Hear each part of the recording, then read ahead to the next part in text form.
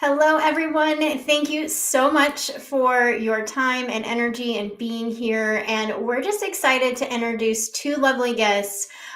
Jen Tate is the Chief Creative Officer of Your Bestselling Book, and she's also I'm sorry, I'm going to mess that up. She No works worries. at Oregon Media Lab as a producer. So no small jobs here, right? So such a long title. Yeah, yeah. And then MeiMei Fox, oh my goodness, it's so hard to like condense how to introduce you, but she's a two-time New York bestselling author, the co-founder of Your Bestselling Book, and just a lovely human to get to know. Both of you women are running this community that I will be more active in because I have more bandwidth now. But it's just really to create a safe space for authors to really tell their story and be inspired to continue the journey of writing. So I really love that you did this and just the timing of everything. Out here, it was during the California fires. And so it kind of really was very supportive, I'll just say, in that we were all kind of going through so much. And, you guys both have such a big heart and community of service. So I won't belabor all of the things, but did I miss anything in introductions? Let's just make sure I cleared that. Okay. Yeah, so I wanted to have you guys on because I know that as someone who is in the creative industry and loves to write, I know we all struggle as authors. And so, with your careers both spanning, I know you both go ghostwrite and edit and do all the things. Really, like what do you see shifting in the book world in general? And I know that's a big question and I didn't prep it, but now that I have you both here, I'm like, I have to ask this question. Well, I don't mind jumping into that one because I've seen huge seismic gargantuan shifts in the 25 years that I've been around the publishing industry. Mhm. When my career started back in the dark ages, there was no choice except to try to pursue a traditional publishing house. I mean, there were the big five New York publishing, like Random House, Penguin Putnam, Simon and Schuster. Then there were a few indie press, and then there was academic press. But that was Mhm. it. And if you didn't get a book deal, no one was going to read your book. And wow, has that changed, right? I mean, we started to see the rise of hybrid publishing and self-publishing about a decade ago. Mhm. But at that time, it was considered very like plan B is even being generous. People are kind of like, oh, well, you self-published, right? And just dismissed. And what I've seen is a complete change where now so many people, including very respectable authors like Seth Godin, who is a marketing guru who has numerous New York Times bestselling books, choose to self-publish. Mhm. Why? Because you maintain creative control, all the IP, all the timing, and all the profits. Right? Who wants that, right? No. No, but you don't get the big fancy publishing house behind you, and you don't get somebody else, project managing. I say like a lot of publishing is project management. So, they'll Mhm. just kind of sweep up your manuscript and they will edit it and they'll design the cover and they'll make sure it gets listed on Amazon. They'll make sure it gets, some distribution. But it's pretty exciting for me. I really like seeing that change and that it's really democratized publishing and opened the door to so many more voices and so many more people where anybody who has a story to share can share it. That to me Mhm. is thrilling. Yeah, absolutely. I agree. Well, and you said it's shifted a lot. And it sounds like before, like it was very limiting, like only if you made these certain markers. And it's even more challenging. I've heard you say this often that it's more challenging now to get a book deal. And so versus being so discouraged about not getting it picked up, I think we can feel more aligned to know, well, there is another path and there is another way. And Jen, what did you want to add? Well, I was going to say that one thing that we missed in the introduction is that MeiMei and I also happen to be best friends and have Oh, known each other for 30 Thanks, plus Jen. years. So there's also that. yeah. But I say that only because I have been watching MeiMei ride this wave and go from buying the how to write a book and how to get a book published, how to manual way back when, and teaching herself and learning and going through this process. And now coming on board with her a few years ago to join her, in part because so many people were more and more open to self-publishing and maybe working with a book coach, which is what I do a lot of doing, and editing with these people to help them self-publish. So like it's just been this very seamless journey for me to be like, oh yeah, there's more of this going on. There are more people trying to get their stories out into the world. And then there's AI. Because the AI has played into that as well, where we both have had a number of clients recently who basically started out like, hey, I've got all this stuff I've been writing and working on, and I'm working with AI, and it's been very helpful. And now I have 100,000 words of sort of nonsense, complicated stuff. I mean, that is part of what they were dealing with. And so that's become a new aspect of what we do, is helping people find their story from within the mess that they've made with AI. Yeah, I think AI is such a great tool and such a barrier at the same point. I think it really can limit us into our own creative process. And in that, it's great and it does serve a purpose. But like you said multiple times in our meetups, it should not be the 98% of your book, because then you're not going to stand out. It's not your stories, and it doesn't have that human element. And I do want to circle back, because MeiMei, you have such a great story about how you got started. And I would just love for everyone to hear, like, however much you want to share. Sure. And I wanted to say hi to Enrique and Jamie, who joined us. Hi, guys. Thank you for being here. Thank you so much, guys. We'll have to talk later with Enrique and find out about your publishing house that you started. How cool is that? So thanks for being here. So yeah, mine is really serendipitous. I like to say that I didn't choose my path, but it chose me. And I think that, part of what I've learned in life is being open to those sorts of signs from the universe. And Candace, you and I have bonded over that. And certainly Jen and I have bonded over that a lot. So all I knew is what I didn't want to do, which is I graduated with a degree in psychology. I almost went for a PhD, decided at the last minute that I wanted to get out into the working world, got a job at McKinsey & Company doing management consulting, because what do you do with a psychology degree? And that was an eye-opening experience. I learned a ton. I met great people, but I was like, wow, this is not what I want to do with my life. Like, I don't want to make rich companies richer for a living. It's not really aligned with my values. Right. So I finished out my 2-year program there, and then I had no idea what I want to do. And I was truly like, okay, back to the drawing board. And a friend of mine who's 14 years older, he was a doctor, and he's like, I want to write a book. Well, you want to write a book with me? He said, sure, let's write a book. Like, that sounds like a good next step. So I went to the bookstore and bought a book called How to Write a Book Proposal, because this was pre-Google. You couldn't Google stuff. You couldn't get information online. You couldn't watch a YouTube video or take an online course and find out how to write a book. So I read it cover to cover. I wrote a book proposal. I emailed it to everyone I knew. I said, does anyone know anyone in publishing who might be willing to give me some feedback on this? That's all I was thinking, was I'd get feedback. And a friend had a friend who was very junior at Penguin Putnam who offered to look at it.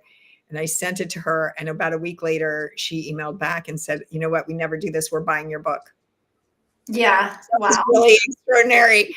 And at the time, as a 25-year-old who knew nothing of the publishing world, I was like, cool, awesome. Right. Like, I just figured that's how it works, Yeah. So yeah, that was a book deal. And out of that, the woman who published it, the senior editor, Amy Hertz, who is an amazing woman, she really mentored me. It's made me a huge believer. I'm like a really strong believer in mentorship, especially female mentorship, like women mentoring women. I'm very passionate about it because she took me under her wing and got me a literary agent, got me my next book deal, just showed me the ropes and really mentored me for years. So I was so lucky. That's just such a story of alignment too. And the funny part about, I was 25. I didn't really get how big of a deal it was, but at least now I think it's good, because then it didn't add pressure.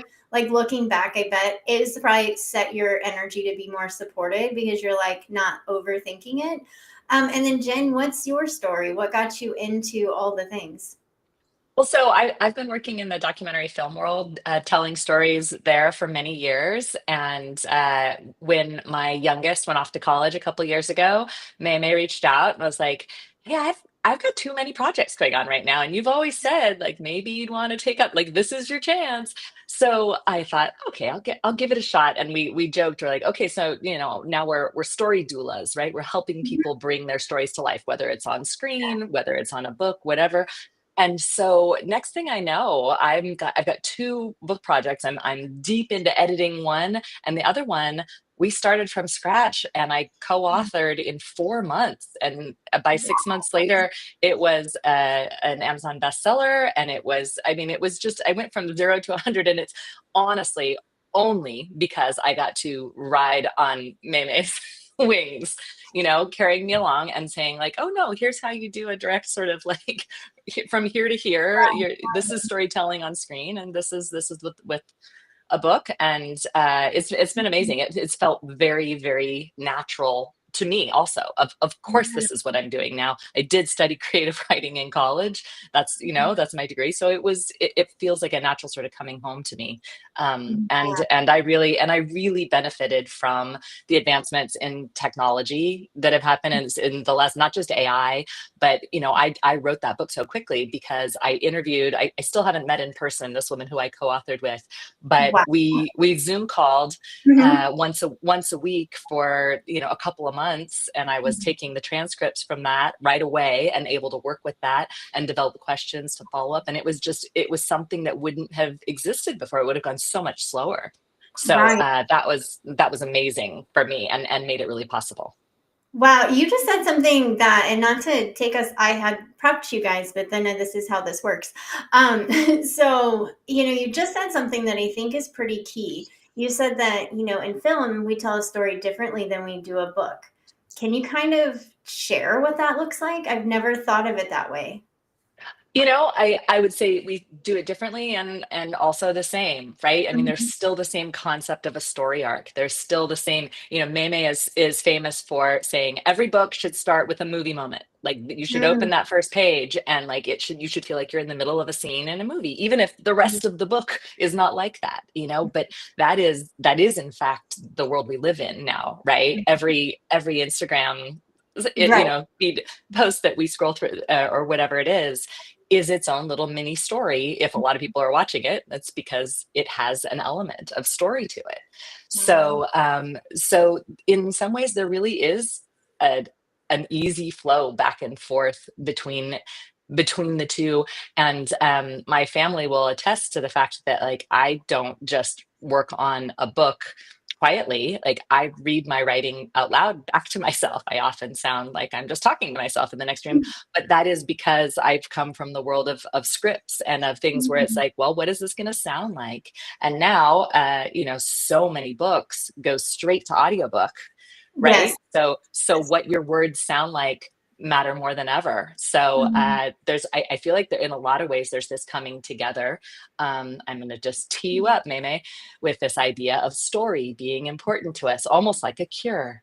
and I love and it. Good and at job, launch Jen. to you, Maymay. Yeah, so the community that Candace is part of and that Jen was a co-founder of with me is called the Story Cure. We're on Mighty Networks, which is one of the largest hosts of online communities. And I think what's interesting is exactly this idea. Like Jen came from the world of documentary filmmaking.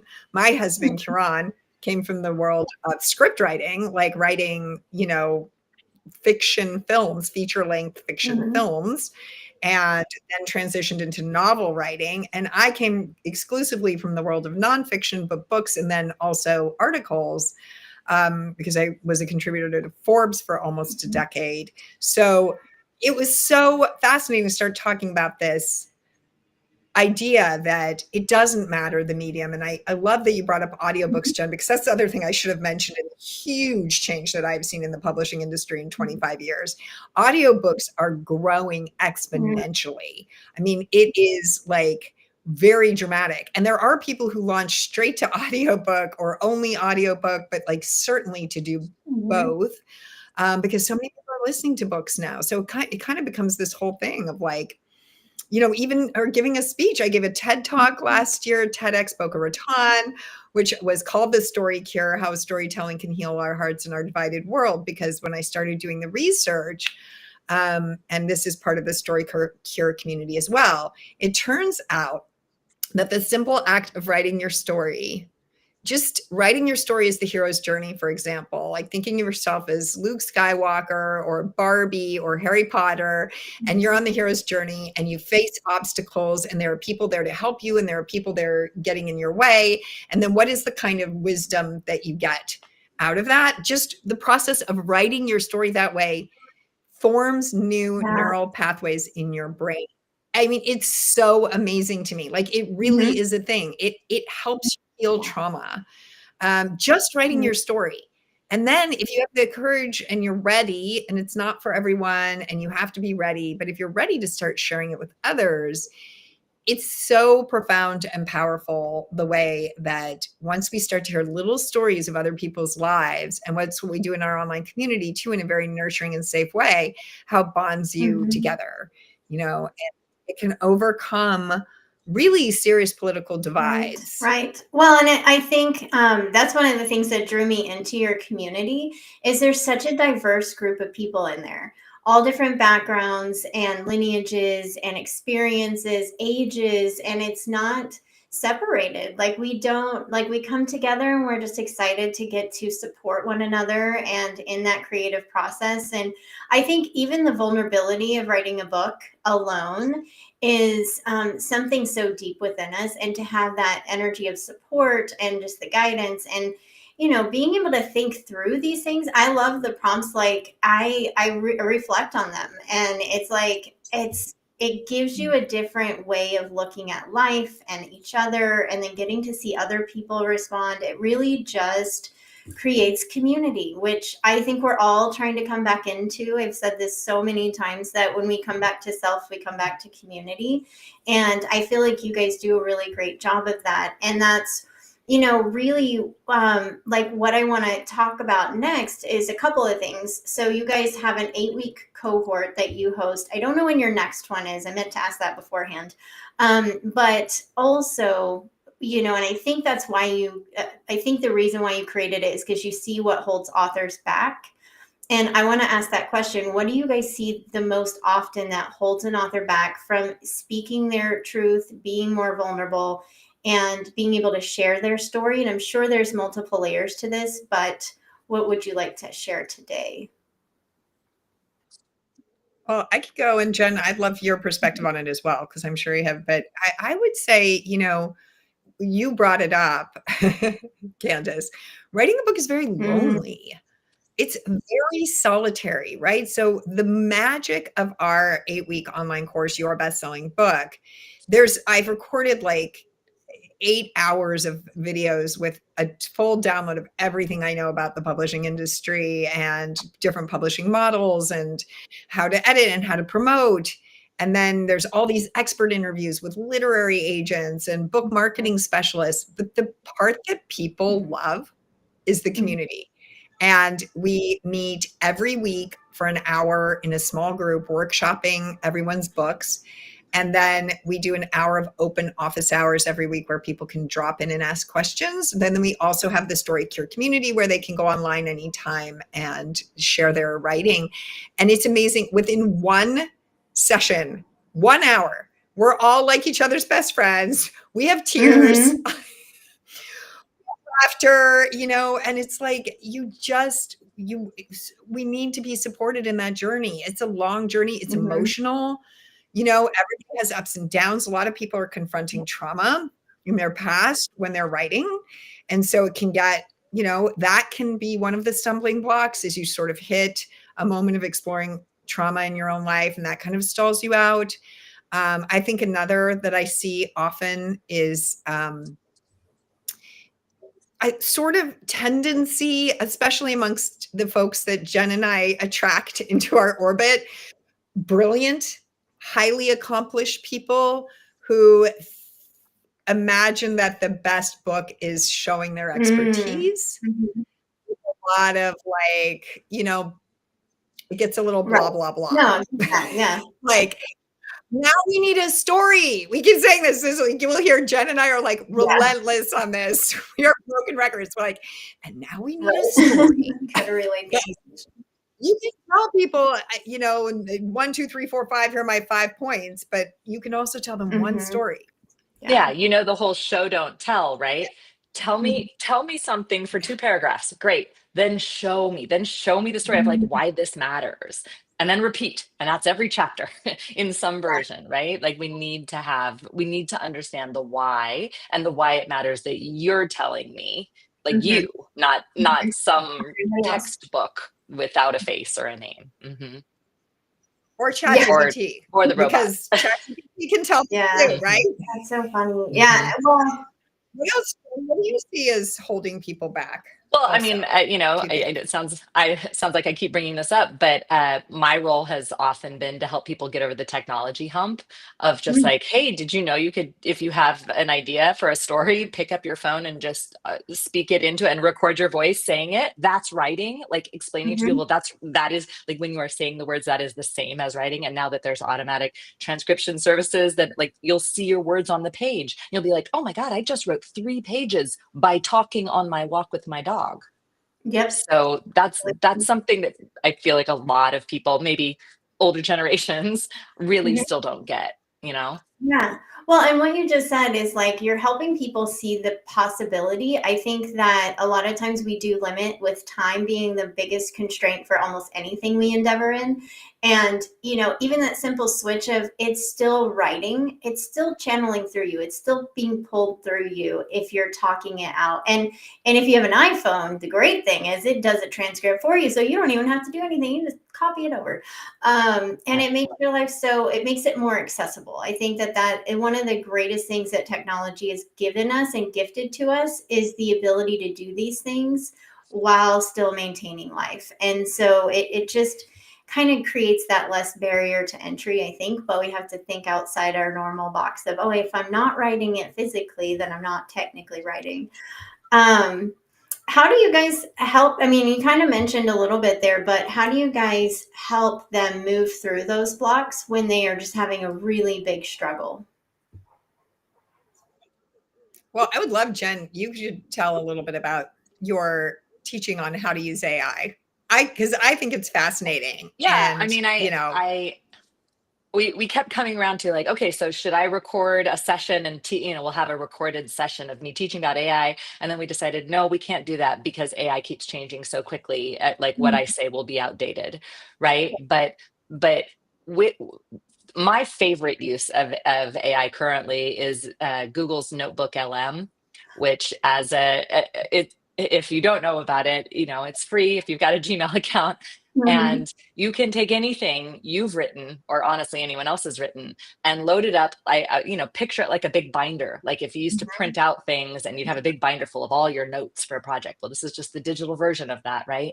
And then you can engage in an AI conversation with just that work that's in there.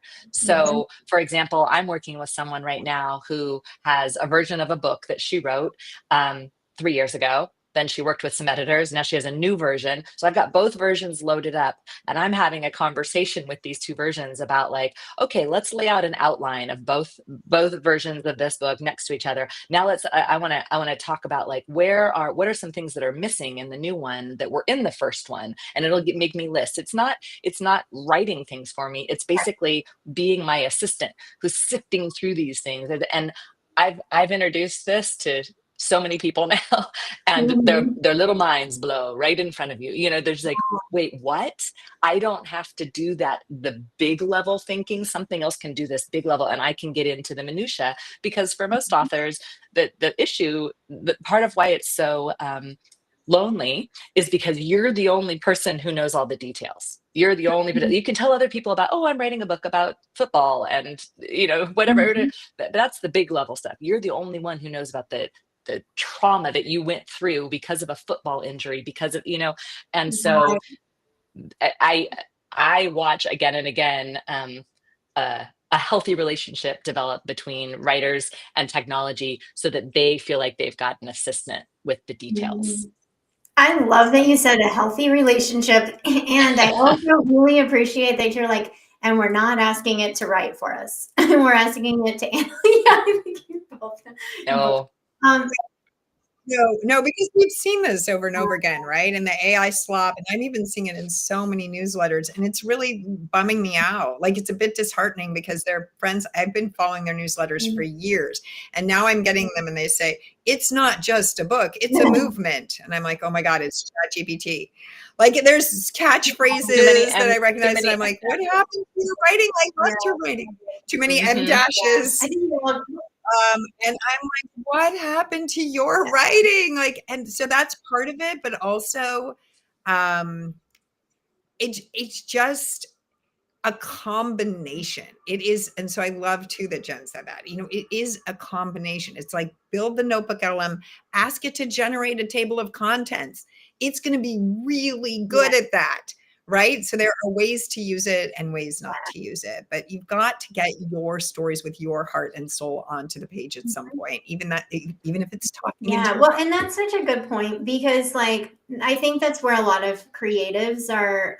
We're really trying to best practice use AI because, again, there is just something so genuine, and like we were given the message to deliver, and so to filter it through a system that is going to dilute it or make it change so much that it's lost its essence of you, I think that there's just like that energy exchange that gets lost. And as somebody who just enjoys the writing process, I'm not an editor. I will forever say that you do not want me putting periods or commas anywhere.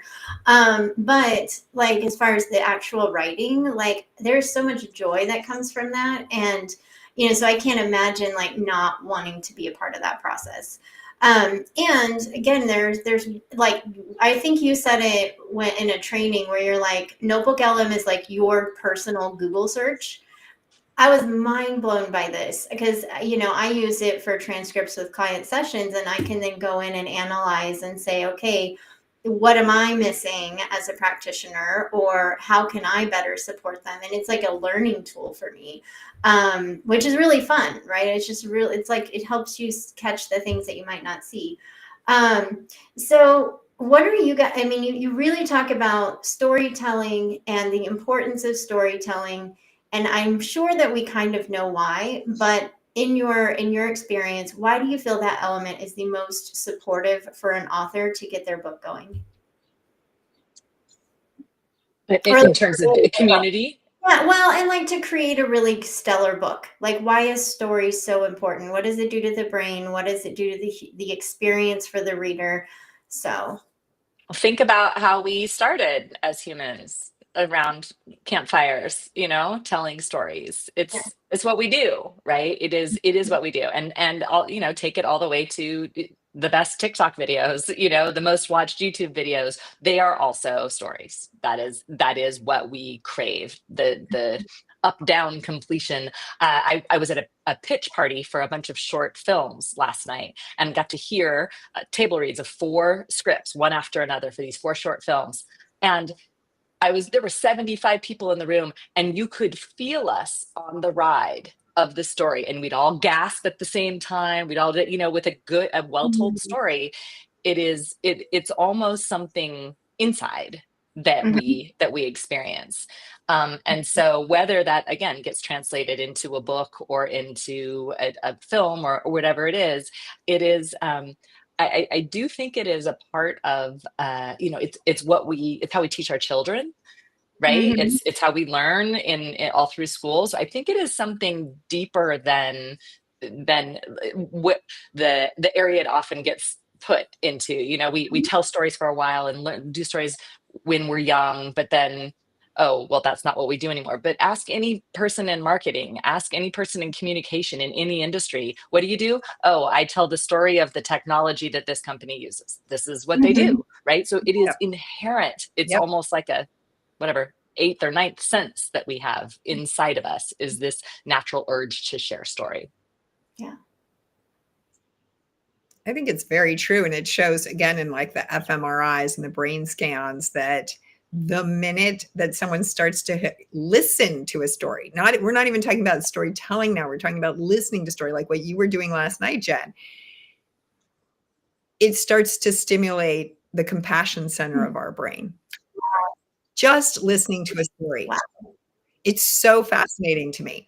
And just in terms of why is it important also for writing a book or a documentary film or a speech?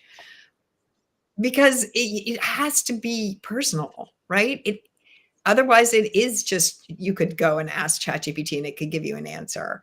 Like what you are sharing, your wisdom, has come from your unique life experience. And I always say this when people will come, and sometimes they talk to me and they say, well, I've always felt like I had a book in me, but I mean, come on, we do not need more books. There are billions of books in the world. Who needs another book? And I say, well, sure.